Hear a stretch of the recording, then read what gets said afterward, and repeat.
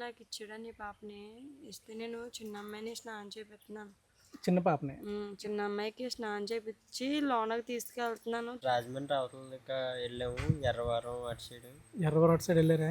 ఈ రోజు నేను పాప వాళ్ళ ఇంటికి అయితే వచ్చానండి. ఇక్కడికి ఎందుకు వచ్చానంటే చిన్న రీజన్ అయితే ఉంది, అది మీకు లాస్ట్లో చెప్తాను. అయితే దీనికంటే ముందు నాకు చాలామంది ఒక వీడియో ఒకటి షేర్ చేస్తున్నారండి, ఇంకా తెలిసిన వాళ్ళు కూడా అడుగుతున్నారు పాప దొరికిందంట కదా అని.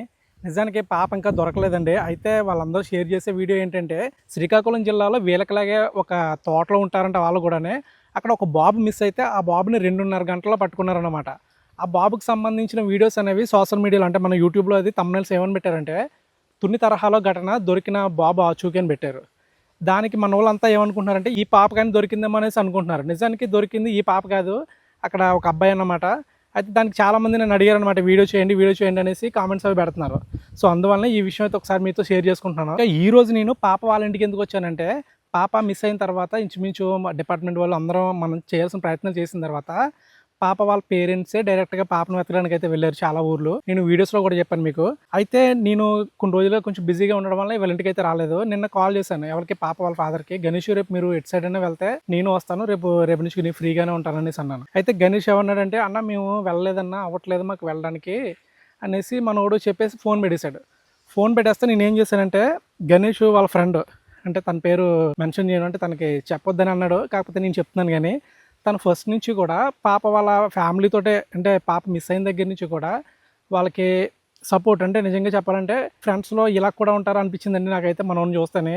ఎందుకంటే ఆ పాప మిస్ అయిన దగ్గర నుంచి కూడా గణేష్కి ఎంతమంది ఫ్రెండ్స్ ఉన్నారో నాకు తెలియదు కానీ ఒక్కరు రాలేదు. కాకపోతే మనోడైతే మాత్రం స్టార్టింగ్ పాప మిస్ అయిన రోజు దగ్గర నుంచి ఇప్పటి వరకు కూడా మనోడే మెయిన్. వాళ్ళ ఫ్యామిలీకి ఎక్కడికి వెళ్ళాలన్నా ఏం చేయాలన్నా సరే మనోడేనమాట. అయితే మనోడు జస్ట్ గణేష్కి ఫ్రెండ్ మాత్రమే. మనోడు ఇక్కడికి వచ్చిన తర్వాత పరిచయం అంట, కానీ వీళ్ళకైతే మాత్రం చాలా బాగా హెల్ప్ చేస్తున్నాడండి అబ్బాయి అయితే. నేను మనోడికే ఫోన్ చేశాను, ఏమైంది గణేష్ వాళ్ళు వెతకడానికి వెళ్ళలేదంటే అప్పుడు తను చెప్తున్నాడు అనమాట నేను ఏమైంది అన్నది. వీళ్ళకి ఫైనాన్షియల్గా చాలా ప్రాబ్లం ఉంది. ఇక్కడ నుంచి రావులపాలెం వీళ్ళు మొత్తం ఫ్యామిలీ అంతా మొత్తం లేడీస్ అందరూ కలిసి కారు పెట్టుకుని వెళ్ళారు. అది కూడా 4-5 సార్లు వెళ్ళారు. ఇక్కడ నుంచి రావులపాలెమే 4-5 సార్లు వెళ్ళారు.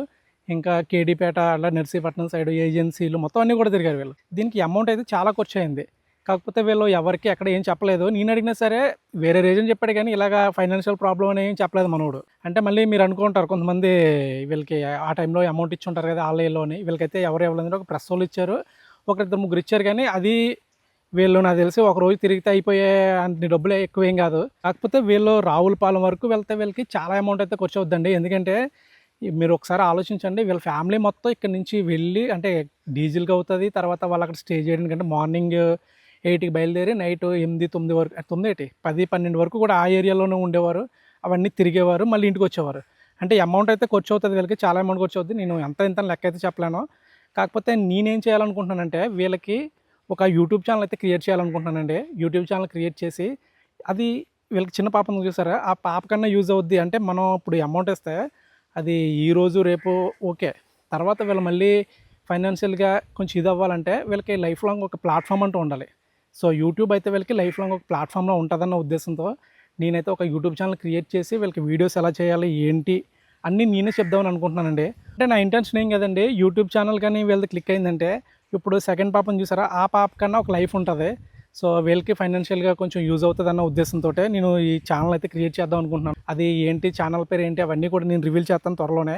ఒకసారి వీళ్ళతో కూడా మాట్లాడతాను. ఒకసారి ఈ విషయాన్ని మీ అందరితోటి షేర్ చేసుకోవాలనే ఉద్దేశంతో ఈ వీడియో అయితే చేస్తున్నాను. అంటే మనం చూడడం వల్ల వాళ్ళకి అమౌంట్ వస్తుందండి, దానివల్ల మనకు పోయేది ఏమీ లేదు. ఇప్పుడు మన చేతిలో అమౌంట్ ఇవ్వాలంటే అది కొంచెం అడగడం కూడా కరెక్ట్ కాదు ఈ రోజుల్లో, అంటే చాలా ఫ్రాడ్లు అవి జరుగుతున్నాయి కాబట్టి. సో నాకైతే ఇదే అనిపించింది. నేనైతే ఛానల్ పెడతాను, చూద్దాం మరి సపోర్ట్ అనేది ఏ విధంగా ఉంటుంది, ఎంతవరకు ఉంటుంది అన్నదని. ప్రెజెంట్ పాప వాళ్ళ ఇంటి దగ్గర అయితే ఎవరు లేరండి. వాళ్ళ నాన్నమ్మది కూడా వాళ్ళ సొంత ఊరు ఉంటుంది కదా, ఆ ఊరైతే వెళ్ళారంట. వాళ్ళ గణేష్ వాళ్ళ చెల్లి కానీ వాళ్ళ బాబు కానీ ఎవరు లేరు. ఒక గణేష్ అంటే వాళ్ళ వైఫ్ అంటే పాప వాళ్ళ అమ్మ నాన్న మాత్రమే ఉన్నారు. మీరు హౌస్ చూసారు కదా, ఒకప్పుడైతే అందరూ ఉండి కొంచెం ధైర్యంగా ఉన్నట్టు ఉండేది. ఇంకా అలా రోజు గడిచిపోయే కొలది వీళ్ళు కూడా నార్మల్ స్టేజ్కి అయితే వస్తారండి, అంటే నార్మల్ మనలాగే. కాకపోతే వీళ్ళకి పాప గురించి అయితే బాధ అయితే ఉందండి. ఇప్పుడు వాళ్ళు అక్కడ ఉన్నారు, ఒకసారి అక్కడికి వెళ్ళి ఒకసారి మాట్లాడదాం. గణేష్ భోజనం అయిపోయిందా? కాదమ్మా, ఇప్పుడు పాప మిస్ అయిన తర్వాత మీరు వెతకడానికి అమౌంట్ అయితే ఖర్చు అయింది, అది నాకు తెలుసు. నేను ఏమనుకుంటున్నానంటే ఒక యూట్యూబ్ ఛానల్ పెడదాం, అంటే ఆ యూట్యూబ్ ఛానల్ మీకు యూజ్ అవుతుంది. అలాగే చిన్న పాప ఉంది కదా, క్లిక్ అయిందంటే ఆ పాప కూడా లైఫ్ ఉంటుంది.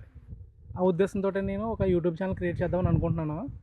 మీకు వీడియో ఎడిటింగ్ నేర్పుతాను, తర్వాత వీడియో ఎలా అప్లోడ్ చేయాలో చెప్తాను. మీకు ఏమైనా సరే యూట్యూబ్ పరంగా ఏమైనా డౌట్స్ ఉంటే అవన్నీ నేను చెప్తాను. అంటే నా సైడ్ నుంచి నేను చేయాలనుకున్న హెల్ప్ అన్నమాట అది.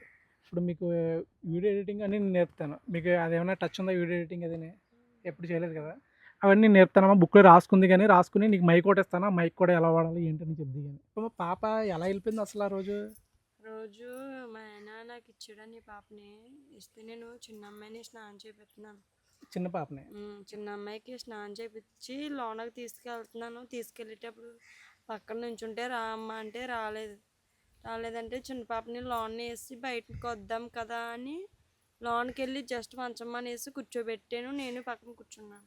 అంటే ఈ చిన్న పాపని స్నానం చేయించి లోపల నువ్వు ఉయ్యాల్లో వేసి వద్దాం అనుకున్నావా?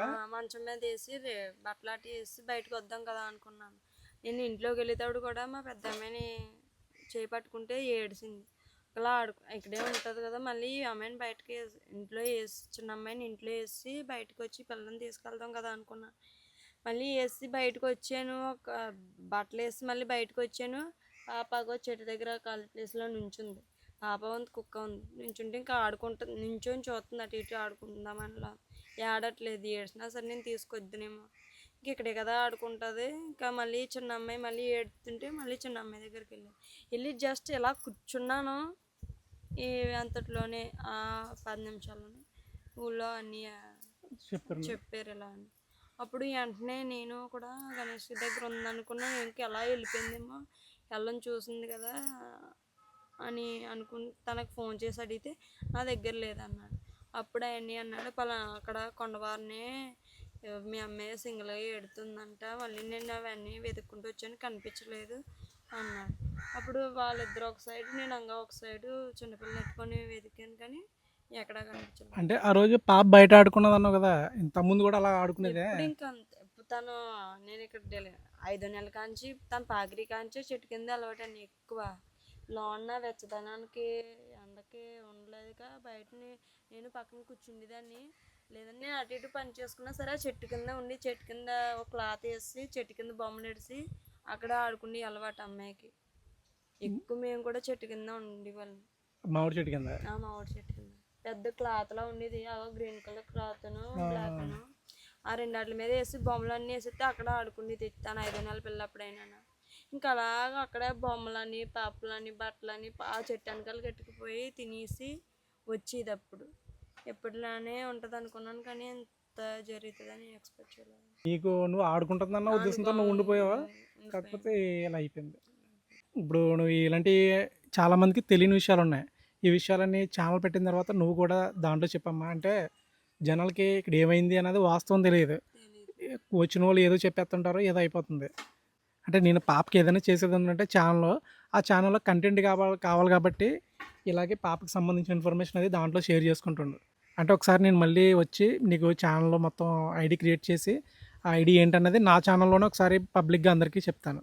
సో నా వంతుగా నేనైతే వీళ్ళకి ఒక ఛానల్ అయితే క్రియేట్ చేస్తున్నానండి. అది ఏంటి అంటే ఛానల్ నేమ్ ఏంటి, ఆ తర్వాత దాంట్లో వీడియోస్ ఎప్పటి నుంచి వస్తాయి అవన్నీ కూడా మీకు నేను త్వరలోనే అప్డేట్ చేస్తాను నా వీడియోస్లోనే.